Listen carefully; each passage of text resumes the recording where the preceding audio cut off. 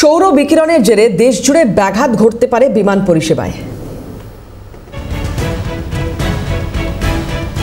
বিবৃতি দিয়ে জানালো এয়ার ইন্ডিয়া, ইন্ডিগো এবং এয়ার ইন্ডিয়া এক্সপ্রেস।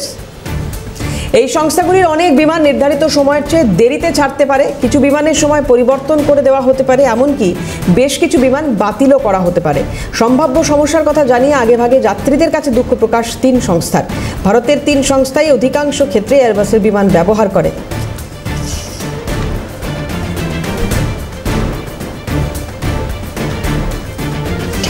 সৌর বিকিরণের জেরে দেশজুড়ে ব্যাঘাত ঘটতে পারে বিমান পরিষেবায়। বিবৃতি দিয়ে জানালো এয়ার ইন্ডিয়া, ইন্ডিগো ও এয়ার ইন্ডিয়া এক্সপ্রেস। এই সংস্থাগুলির অনেক বিমান নির্ধারিত সময়ের চেয়ে দেরিতে ছাড়তে পারে, কিছু বিমানের সময় পরিবর্তন করে দেওয়া হতে পারে,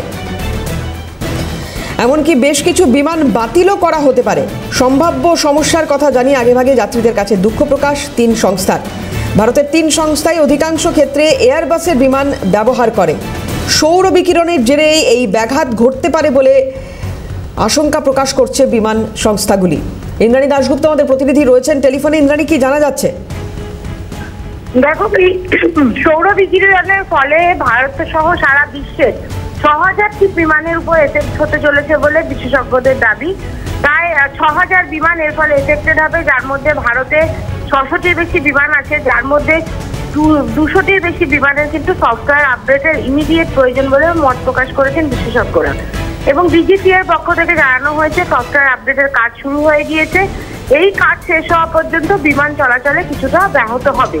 এবং ইন্ডিগো, স্পাইসজেট ও এয়ার ইন্ডিয়ার ২০০টি বিমান রয়েছে এই তালিকায়, এবং যেগুলোর সফটওয়্যার আপডেট করা হবে। যেটা জানা যাচ্ছে যে ৩০শে নভেম্বর থেকে এই সৌর বিকিরণ শুরু হয়, এবং এই সৌর বিকিরণের ফলে বিমানের যে নোজ কন্ট্রোল আছে সেই নোজ কন্ট্রোল এফেক্টেড হচ্ছে।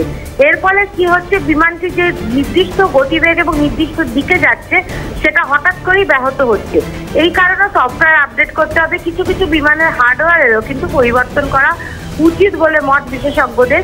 বিমান সংস্থাগুলি এর উপরে অত্যন্ত দ্রুত কাজ করছে। ইতিমধ্যে ইন্ডিগো একটি অ্যাডভাইজারি জারি করেছে, সেখানে তারা বলেছেন যে এই বিমান পরিষেবা ব্যাহত হতে পারে, কিছুটা বিলম্ব হতে পারে বিমান পরিষেবার ক্ষেত্রে।